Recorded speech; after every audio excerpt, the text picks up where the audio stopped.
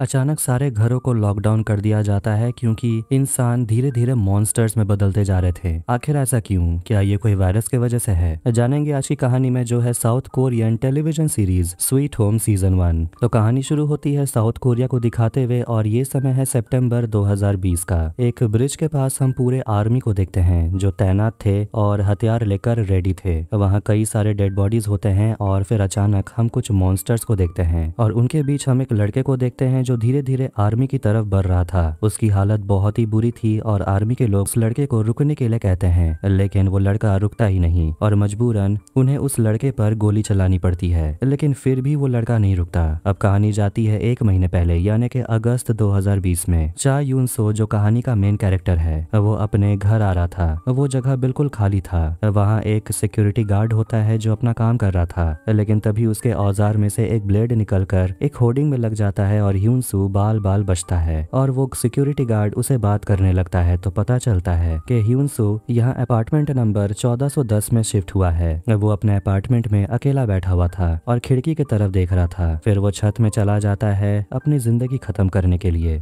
Security guard अपने office में आराम कर रहा था और एक आदमी उसे जाकर कहता है कि इस बिस्तर को उठाकर बाहर फेंक दो, हमेशा सोते रहते हो। फिर वहाँ एक औरत आती है और वो सिक्योरिटी गार्ड से कहती है कि जाने दो, वो आदमी बहुत बदतमीज है। वो औरत सिक्योरिटी गार्ड को मछली देती है और ये कहकर कि ये मछली मैं नहीं खाती, मैं महंगी वाली खाती हूँ। लेकिन असली में वो मछली से बदबू आ रही थी, जिस वजह से सिक्योरिटी गार्ड के नाक में से खून बहने लगता है। यून सू छत में एक लड़की को देखता है बैले डांस करते हुए और उस लड़की का नाम है यून वू। फिर वो लड़की यून सू से बात करने लगती है और उसे सिगरेट ऑफर करती है और कहती है यहाँ मत मरना, फालतू में लोग परेशान हो जाएंगे। सिक्योरिटी गार्ड यून सू से रजिस्ट्रेशन डॉक्यूमेंट पर साइन करने के लिए कहता है, लेकिन वो कहता है कि वो बाद में कर देगा। सिक्योरिटी गार्ड उसे सॉरी कहता है पहले उसे बदतमीजी से बात करने के लिए और उसे पीने के लिए कुछ देता है और सिक्योरिटी गार्ड पीप होल से उसे देखे ही जा रहा था, जो काफी क्रीपी लगता है। सिक्योरिटी गार्ड में कुछ तो ऑफ लगता है। जीसू जो एक आर्टिस्ट है, वो गाना बनाती है और वो अपने कमरे में बैठी हुई थी अपने गिटार के साथ और वो किसी काम से बाहर जाने वाली थी अपने परफॉर्मेंस के लिए। तभी हॉल में उसे एक औरत मिलती है, लेकिन अजीब बात यह है कि उसके बच्चे के झूले में कोई है ही नहीं, लेकिन फिर भी वो औरत ऐसे बर्ताव कर रही है जैसे उसके झूले में उसकी 1 साल की बेटी हो।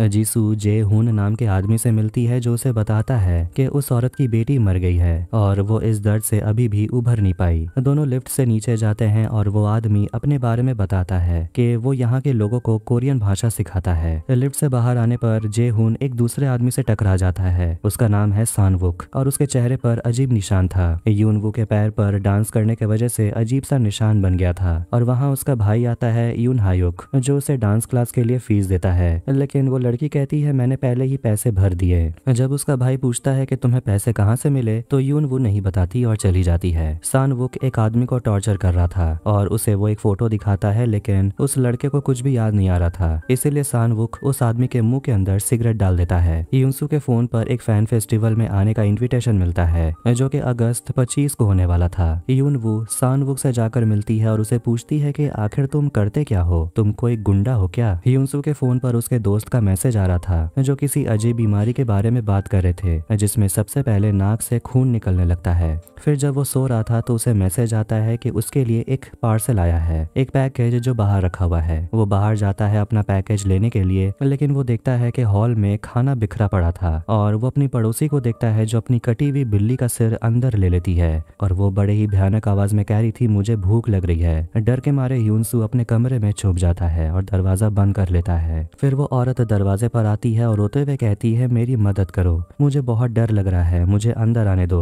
लेकिन यूनसू उसे कहता है पहले तुम अपना हाथ दिखाओ। औरत एकदम वायलेंट हो जाती है और उसके नाक से खून निकलने लगता है, लेकिन थोड़ी देर में वो वहां से चली जाती है। यूनसू एक डंडा लेकर बाहर निकलता है और सांगवुक से मिलता है और उसे पूछता है क्या तुमने एक अजीब सी दिखने वाली औरत को देखा? और अचानक वो बेहोश हो जाता है। फिर वो इन्फेक्टेड औरत जीसू के दरवाजे तक आ जाती है और चिल्लाने लगती है कि दरवाजा खोलो, जिस वजह से जीसू बहुत ज्यादा डर जाती है और कुछ देर में वो औरत वहां से चली जाती है। यून हायोक रात में अपने काम पर जाने वाला था और वो अपनी बहन से कहता है कि सिर्फ नूडल्स मत खाना, कुछ हेल्दी खाना। जीसू सानवुक को बताती है कि उसे एक पागल औरत दिखने को मिली और उसे लगता है कि वो उस खिड़की से कूद गई होगी। यून हायोक जब दरवाजे तक आता है तो वो देखता है कि उनके बिल्डिंग का गेट बंद कर दिया गया है और वहाँ उसे एक औरत मिलती है। एक फायर फाइटर, और वो उससे पूछती है कि आपके मोबाइल में नेटवर्क आ रहा है क्या। यून हायोक फोन करता है तो नेटवर्क नहीं काम कर रहा था। वो औरत उसे पूछती है कि तुम अभी अभी नीचे आ रहे हो, तुमने कुछ अजीब देखा। पता चलता है कि बिल्डिंग का पीछे का दरवाजा और पार्किंग लॉट का दरवाजा सब बंद कर दिया गया है, मतलब कि बिल्डिंग के अंदर रहने वाले सभी लोग अंदर ही लॉक हो गए हैं। फिर वो लोग किसी तरह मैनेजर के ऑफिस का ताला तोड़ते हैं और अंदर जाकर फोन ट्राई करते हैं। पता चलता है कि वो औरत एक फायर फाइटर है, उसका नाम है यी क्यूंग, और फोन पर सिर्फ एक ही आवाज आ रहा था कि वो सिर्फ इमरजेंसी सिचुएशन को हैंडल कर रहे हैं, मतलब कि इमरजेंसी सर्विसेज भी फिलहाल बिजी है। तभी एक आदमी को दरवाजा खोलने का स्विच बोर्ड मिल जाता है और सभी दरवाजे के सामने खड़े हो जाते हैं बाहर निकलने के लिए। बटन दबाते ही गेट खुल जाता है, लेकिन बाहर एक भयानक सा लंबा सा अजीब सा दिखने वाला आदमी खड़ा था। सभी लोग सोच रहे होते हैं कि ये कौन है और उसके मुंह से खून क्यों निकल रहा है। तभी वो भयानक आदमी अपना बड़ा सा मुंह खोलता है और कांच का दरवाजा तोड़ने लगता है। यून हायुक कहता है शटर बंद करो, लेकिन वो राक्षस अंदर आ जाता है और अपने मोटे से जीभ का इस्तेमाल करके लोगों पर हमला करता है। यून हायुक फायर एक्सटिंग्विशर लाता है और उसका इस्तेमाल करके वो राक्षस को बाहर करता है, लेकिन फायर एक्सटिंग्विशर खत्म हो गया था। पर फायर फाइटर जाकर किसी तरह उस राक्षस को बाहर ढकेल देती है। यून हायुक यी क्यूंग को समय पर अंदर खींच लेता है, जैसे वो मॉन्स्टर उस पर हमला करने ही वाला था। यी क्यूंग के पैर में चोट लगी है उस मॉन्स्टर के वजह से। फिर आखिर में सभी लोग बाहर आते हैं जानने के लिए कि आखिर उन्होंने जिसे देखा वो आखिर था क्या। यून हायुक कहता है कि बाहर सिर्फ एक मॉन्स्टर नहीं है, और सही में बाहर कई सारे मॉन्स्टर्स थे और लगता है कि ये दुनिया जल्द ही खत्म होने वाली है। यूनसू के नाक से भी खून बहने लगता है, मतलब कि जल्द ही वो भी मॉन्स्टर में बदलने वाला है। अब हम 19 साल के यूनसू को देखते हैं जो हाई स्कूल में पढ़ता था और वो अपने कमरे में अकेला गेम खेल रहा था। उसके हाथ में एक निशान भी था, मतलब कि वो अपने साथ बुरा करने की कोशिश बहुत बार कर चुका है। और उसके बगैर ही उसके मम्मी पापा उसकी बहन फैमिली ट्रिप के लिए चले जाते हैं और गाड़ी में मम्मी पापा झगड़ रहे थे और तभी एक ट्रक ड्राइवर के नाक से ब्लीडिंग होने लगता है और उसी ट्रक से यूनसू के परिवार का एक्सीडेंट हो जाता है और पूरा परिवार मर जाता है। फ्यूनरल में यूनसू चिल्लाने लगता है कि उसके पेरेंट्स उसे छोड़कर चले गए, उसके पास पैसे भी नहीं है, वो बिना पैसों के कैसे जिएगा। प्रेजेंट में जीसू ह्यूनसू के पास बैठी होती है और उसके सिर पर हाथ रखकर देखती है कि उसका शरीर बहुत ही ज्यादा ठंडा है और उसके मॉनिटर स्क्रीन पर अलर्ट आ रहा था और सिम्टम भी लिखा हुआ था कि पहले नोज ब्लीड होता है। यूनवू को सांगवू को मिलता है और तभी उस पर वही इन्फेक्टेड औरत हमला करती है और उसे काट लेती है, लेकिन वो आदमी उसे उठाकर फेंक देता है और आखिर में उसे मार डालता है। ये क्यूंग उस आदमी का फोन चेक करती है जिसे उस मॉन्स्टर ने मार दिया था। वो उस आदमी का फैमिली फोटो देखकर इमोशनल हो जाती है। जीसू को भी सीढ़ी में वही इन्फेक्टेड सिक्योरिटी गार्ड मिलता है जिसका नाक से खून बह रहा था, जिसे वो अपने बेसबॉल बैट से मार डालती है। जे हुन वहां आता है और उसे कहता है कि उस आदमी से दूर रहना। एक औरत गेट के बाहर जाना चाहती है अपनी बेटी से मिलने के लिए, लेकिन यून हायुक गेट खोलने से मना करता है। तभी सभी के फोन पर अलर्ट आता है और सभी ये लोग सोच रहे होते हैं कि आखिर बाहर चल क्या रहा है। सिक्योरिटी गार्ड जिसे मार दिया गया था वो अब मॉन्स्टर में बदल जाता है। नीचे सुपरमार्केट में जितने भी लोग काम करते हैं सभी घर जाने का सोच रहे थे, लेकिन वो बाहर निकलेंगे कैसे, इसीलिए कुछ लोग ऊपर जाने का सोचते हैं। लेकिन सुपरमार्केट का मालिक उन्हें रोकता है क्योंकि उन्हें नहीं पता कि ऊपर का माहौल अभी कैसा है। सानवुक नीचे आता है और सभी उसे घूरने लगते हैं। ये देखकर वो लोग डर जाते हैं कि उसे काटा गया है, मतलब कि वो इन्फेक्टेड है। सुपरमार्केट का मालिक उसे शॉक देकर बेहोश कर देता है। यूनवू नीचे आती है, लेकिन वो अभी भी अपने भाई को इग्नोर कर रही थी। इतना सारा खून देखकर वो अंदर से बिल्कुल हिल चुकी थी। फिर कहानी जाती है 8 घंटे पहले, जब यूनवू के नाक से खून बहने लग रहा था। वो इसके बारे में रिसर्च कर रहा था तो पता चलता है कि ये कोई बीमारी नहीं है बल्कि एक श्राप है, लेकिन ये सब का कारण क्या है ये किसी को भी नहीं पता। ये जो भी है ये अचानक शुरू हुआ था, लेकिन खत्म कब होगा ये नहीं पता। कुछ लोग लिखते हैं कि अगर किसी के अंदर ये लक्षण दिखाई देने लगते हैं तो उन्हें खुद को मार देना चाहिए, लेकिन अगर जिंदा रहने का सोचते हो तो क्या करना चाहिए ये पढ़ते ही इंटरनेट भी बंद हो जाता है। और जैसे ही बाहर वो निकलने के लिए दरवाजा खोलता है, उसके कमरे में सिक्योरिटी गार्ड वाला मॉन्स्टर घुस आता है जिसका सिर काटा हुआ था। आंख ना होने के कारण उसे कुछ दिखाई नहीं दे रहा था, लेकिन उसके पास बहुत तेज सुनने की शक्ति है। आखिर में वो वहां से चला जाता है। सुपरमार्केट का मालिक अंदर आता है सानवुक को मारने के लिए, लेकिन सानवुक खुद को बचा लेता है और उस मालिक पर हमला करता है और उसे बेहोश कर देता है। जीसू और जेहुन को वही आदमी मिलता है जिसे सानवुक टॉर्चर कर रहा था। वो उसे आजाद कर देते हैं और वो आदमी पूछता है कि बाहर बाहर आखिर चल क्या रहा है, बहुत अजीब आवाजें सुनाई दे रही हैं। फिर वो तीनों एक साथ बाहर आते हैं और नीचे फंसे सभी लोग डे केयर में जाकर छुपने का सोच रहे थे, क्योंकि वो जगह गेट से काफी दूर है। लेकिन वही औरत जो अपनी बेटी से मिलना चाहती है वो डे केयर की डायरेक्टर है और वो किसी को भी अपने डे केयर में जाने से मना करती है और वो भीख मांगती है, मुझे बाहर जाने दो, मुझे अपनी बेटी से मिलना है। यून हायो को उस औरत को समझाता है कि बाहर मॉन्स्टर्स घूम रहे हैं, ना इंटरनेट है ना फोन सर्विस, आप अपनी बेटी को ढूंढेंगे कैसे, पहले खुद के बारे में सोचिए, आप जिंदा रहेंगे तभी आप अपनी बेटी को ढूंढ पाइएगा। जीसू एक कमरे में एक आदमी के डेड बॉडी को देखती है जो फांसी लगाकर मर गया था, जिसे देखकर उसे कोई अपना याद आ जाता है जो भी ऐसे ही मर गया था और वो अपना गिटार और अपना सारा म्यूजिकल इंस्ट्रूमेंट जीसू के लिए छोड़ गया था। दोनों उस डेड बॉडी को ढक देते हैं और जेहून उस मरे हुए इंसान के लिए प्रेयर करता है। यूनसू खिड़की के नीचे वाला अपार्टमेंट में देखता है एक आदमी अपने दोनों बच्चों से कह रहा होता है कि वो नीचे जाएगा मदद मांगने के लिए, लेकिन तभी वहां पर एक भयानक मॉन्स्टर आ जाता है और उन दोनों बच्चों के पापा को मार डालता है। फिर वही मॉन्स्टर यूनसू के कमरे में घुस जाता है और उसे जकड़ लेता है, लेकिन अचानक वो मॉन्स्टर मर जाता है। पता चलता है ये उसका पड़ोसी है जिसने उस मॉन्स्टर को मारा और वो लिखकर यूनसू से बात करता है और उसे समझाता है कि ये मॉन्स्टर्स कभी नहीं मरते और पूछता है क्या तुम उन दोनों बच्चों को बचाना चाहते हो। वो घायल आदमी जीसू और जेहून से अलग हो जाता है क्योंकि वो कहता है कि वो अपना ख्याल खुद रख सकता है। नीचे सभी लोग डे केयर में जाकर छुपते हैं और सभी एक दूसरे से अपना इंट्रोडक्शन देते हैं। यून वू सांगवू के पीछे जा रही थी और वो उस लड़की से कहता है कि नीचे जाओ और मेरे से दूर रहो, लेकिन इतनी आसानी से वो लड़की उसका पीछा नहीं छोड़ने वाली। वो दोनों सीढ़ी के रास्ते ऊपर जा रहे थे। यूनसू अपने पड़ोसी डूसिक से मिलता है और उसे पूछता है कि मैं उन बच्चों को कैसे बचाऊं। डूसिक उसे दिखाता है कि वो अपाहिज है और वो उसकी मदद नहीं कर सकता। सुपरमार्केट का मालिक अपनी पत्नी को पीटता है क्योंकि उसकी पत्नी बहुत देर से गायब थी और कहता है सुपरमार्केट से अंडा लाने के लिए। डूसिक यूनसू के लिए एक हथियार बनाता है मॉन्स्टर से लड़ने के लिए और कहता है उन मॉन्स्टर्स को मारा नहीं जा सकता, लेकिन तुम उनसे खुद को बचा कर रखना। यूनसू आखिरकार बाहर निकलता है उन दोनों बच्चों को बचाने के लिए और रास्ते में उसे बहुत सारे मॉन्स्टर्स मिलते हैं जैसे कि वो सिक्योरिटी गार्ड। सुपरमार्केट में सारा सामान बिना इलेक्ट्रिसिटी के खराब हो रहा था। इसका गुस्सा भी वो आदमी अपनी पत्नी पर निकालने वाला था, लेकिन फायर फाइटर उनके बीच में आ जाती है। यून हायुक ये किंग से कहता है थोड़ी देर मैनेजमेंट रूम में बैठने के लिए क्योंकि वो इलेक्ट्रिक रूम में जाकर चेक करना चाहता है कि आखिर बिजली क्यों चली गई है, क्योंकि बाहर कुछ कुछ जगह में इलेक्ट्रिसिटी है। दोनों सीसीटीवी कैमरे वाले रूम में आते हैं और वहाँ फुटेज को देखकर उन्हें पता चलता है कि उन सभी के बिल्डिंग को लॉक अंदर में लोगों को बंद करने के लिए नहीं बल्कि उन्हें बचाने के लिए किया गया है। इस बीच दोनों बच्चे अभी भी अपने पापा की राह देख रहे थे।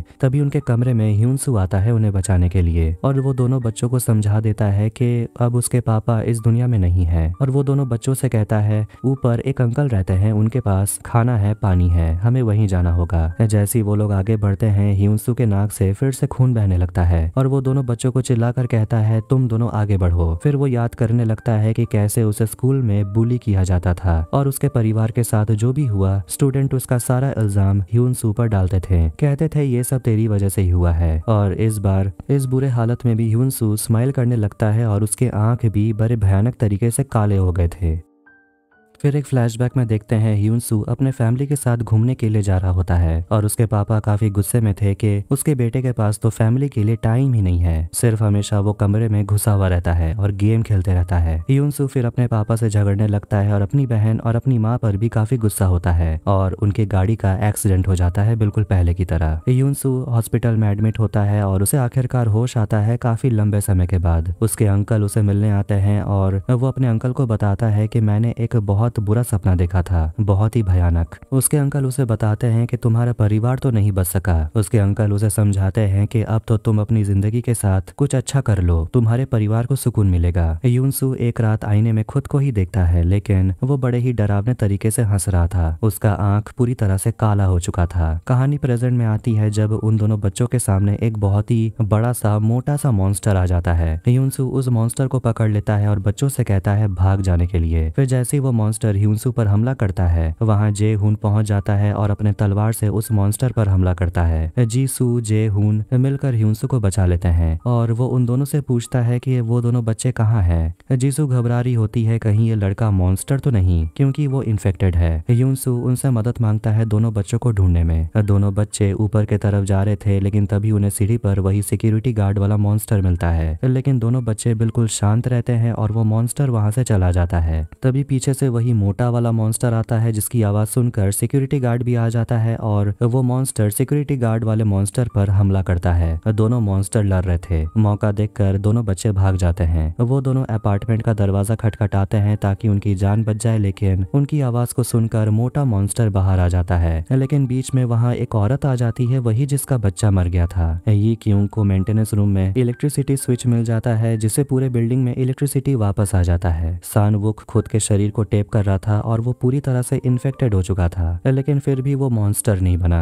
टीवी पर इमरजेंसी ब्रॉडकास्टिंग आ रहा था जिस पर प्रेसिडेंट कह रहे होते हैं कि ये मॉन्स्टर्स बहुत ही खतरनाक हैं और लोगों को अपने घर के अंदर ही रहना होगा। और तभी प्रेसिडेंट को भी कुछ होने लगता है और वो मॉन्स्टर बन जाते हैं। वो मोटा मॉन्स्टर उस औरत को मार के गिरा देता है और वो औरत अपने सामने अपने बच्ची को देखती है, लेकिन वो मॉन्स्टर उस बच्ची को अपने पैर से कुचल देता है और अपने मौत को करीब देखकर वो औरत कहती है कि मैं तो पहले से ही जानती थी कि मेरा बच्चा मर चुका है। फिर वो मॉन्स्टर उस औरत को मार देता है। ह्यूनसू जे हुन जीसू वहां पहुंच जाते हैं और उन दोनों बच्चों को बचा लेते हैं, लेकिन वो जैसे ही मॉन्स्टर उन सभी पर हमला करने ही वाला था, वो इन्फेक्टेड औरत जाग जाती है और मॉन्स्टर पर हमला करती है। जे हुन उस मॉन्स्टर को अपने पीछे दौड़ाता है। इस बीच ह्यूनसू उन दोनों बच्चों को लेकर सुरक्षित डू सिक के अपार्टमेंट पहुंच जाता है। भागने के वजह से वो मोटा मॉन्स्टर काफी ऊंचाई से नीचे गिर जाता है और वो इन्फेक्टेड औरत इन्फेक्टेड होने के बावजूद नॉर्मल हो जाती है। मतलब कि कहीं ना कहीं वो ह्यूनसू की तरह हो गई थी और जीसू उसे उठने में मदद करती है और वो अभी भी उन दोनों बच्चों के बारे में ही फिक्र कर रही थी। जीसू जेहुन को ढूंढती है जो अभी भी जिंदा है और उस पर वो चिल्लाती है कि लगता है तुम्हें मरने का बहुत शौक है। फिर दोनों जीसू के कमरे में आते हैं और जेहुन उससे पूछता है कि तुम्हारा कमरा क्या हमेशा इतना ही गंदा रहता है, और उसके गिटार को देखकर पूछता है क्या तुम इसे यहीं छोड़ दोगी। गिटार को लेकर वो दोनों कमरे से बाहर निकलते हैं। यून हायुक अपनी बहन को ढूंढ रहा था तो वहीं उसकी बहन यून वू अपने पैर को चेक करती है जिसमें एक अजीब सा निशान हो गया था डांस करने के वजह से। फिर वो अपने कॉस्ट्यूम को देखती है और चाकू से अपने कॉस्ट्यूम को खराब कर देती है। डूसी के अपार्टमेंट में सभी लोग बैठकर खाना खा रहे थे और आपस में बातचीत कर रहे थे कि यून को देखते हैं जो कि बेसमेंट में होती है और वो एक ककून में ढकी हुई थी। यून हायुक और वो सोल्जर सोच रहे होते हैं कि आखिर वो फायर फाइटर अभी तक लौटी क्यों नहीं, इलेक्ट्रिसिटी तो कब का आ गया। यून हायुक उसे कांटेक्ट करने की कोशिश भी करता है लेकिन कोई फायदा नहीं होता। डूसी के अपार्टमेंट में सभी सो रहे होते हैं और लोग बारी बारी से पहरा दे रहे थे। यूनसू जीसू से कहता है कि मैं इन्फेक्टेड हूँ और अगर मैं मॉन्स्टर बन जाता हूँ तो मुझे मार देना। जीसू भी कहती है अगर मैं मॉन्स्टर बन गई तो तुम मुझे मार देना। अब आखिरकार सुबह हो जाती है और सुपरमार्केट का मालिक अपना दुकान बंद करके रखता है ताकि लोग फोकट में उसका सामान न ले ले। तभी वहाँ एक आदमी आता है जिसे सानवुक टॉर्चर कर रहा था और वो सभी के लिए फ्री में खाना लाया है जिसे वो लोगों में बांट देता है। तभी अचानक स्पीकर पर एक म्यूजिक बजने लगता है और मालिक घबराने लगता है कि आवाज सुनकर वो बड़े जीभ वाला मॉन्स्टर वापस आ जाएगा। यून हायुक जब रेडियो पर बात करने में बिजी था तो वो औरत अपनी बेटी को जो ढूंढ रही थी वो चुपके से गेट खोलने का बटन दबा देती है। यून हायुक बिल्डिंग में जितने भी सर्वाइवर है सभी को फर्स्ट फ्लोर में आने के लिए कहता है क्योंकि अगर वो लोग एक साथ रहेंगे तो जिंदा रहेंगे। वो औरत गेट खोल देती है और अपनी बेटी को ढूंढने के लिए बाहर जाना चाहती है क्योंकि उसे अपने फोन पर लोकेशन मिल रहा था अपनी बेटी का। उसकी बेटी बाहर ही थी और वो सोल्जर उस लड़की को बचाने के लिए जाता है, लेकिन वो बड़े जीभ वाला मॉन्स्टर उन दोनों को ही मार डालता है। फिर वो लंबा वाला मॉन्स्टर अपने लंबे मोटे से जीभ से अंदर लोगों पर हमला करने वाला था, लेकिन यून हायुक बिल्कुल शांत खड़ा रहता है इसीलिए वो बच जाता है। जेहुन जीसो फर्स्ट फ्लोर जाकर चेक करना चाहते हैं कि आखिर वहाँ का सिचुएशन है कैसा। यूनसू भी उनके साथ जाना चाहता है और वो दोनों बच्चों से कहता है कि वो उन लोगों के लिए जरूर वापस लौटेगा। आज 18 अगस्त है और आज लॉकडाउन का चौथा दिन है। हम बिल्डिंग में रहने वाले कुछ और लोग को देखते हैं जो अपने कमरे को बैरिकेड कर रहे थे। एक लड़की यूरी और उसके बूढ़े पापा को देखते देखते हैं। वो बूढ़ा आदमी कहता है कि वो फर्स्ट फ्लोर जाकर मदद करना चाहता है। इस बीच फर्स्ट फ्लोर में कुछ लोगों को उस औरत के लिए काफी बुरा लग रहा था कि उसने अपनी बेटी को खो दिया। बेसमेंट में देखते हैं कि ये क्यूंग खुद को किसी तरह बचा लेती है। बेसमेंट में एक मॉन्स्टर था और उसी मॉन्स्टर के ककून में वो बंद थी और वो वेंट के रास्ते बाहर आने लगती है, लेकिन वो मकड़ी जैसा दिखने वाला राक्षस उसका पीछा कर रहा था। पर आखिर में वो किसी तरह खुद को बचा लेती है और एक कमरे में पहुंच जाती है। उसे सांगवॉन का कॉल आ रहा था, लेकिन उसका फोन गेट के दूसरी तरफ गिर गया था, इसलिए वो फोन नहीं उठा पा रही थी। अब आखिरकार ये क्यूंग वापस आती है और यून हायुंग को एक मुक्का मारती है और उसे कहती है तुम्हें पहले से ही पता था कि बेसमेंट में एक मॉन्स्टर था, तुमने जानबूझकर मुझे वहां भेजा। तभी हर जगह पूरे शहर में सायरन बजने लगता है और एक सोल्जर इमरजेंसी अनाउंसमेंट करती है और बताती है कि पूरे देश में 17 अगस्त से मार्शल लॉ लागू कर दिया गया है। मतलब कि देश में जितने भी अब फैसले होंगे वो अब मिलिट्री लेंगे। और वो सोल्जर बताती है कि उन्हें अभी तक नहीं पता है कि ये जो बीमारी फैल रही है इसका जड़ क्या है, लेकिन उन्हें लगता है कि ये इंसान की लालसा की वजह से हो रहा है और ये जितने भी मॉन्स्टर है उनमें पुनर्जीवित होने की शक्ति है।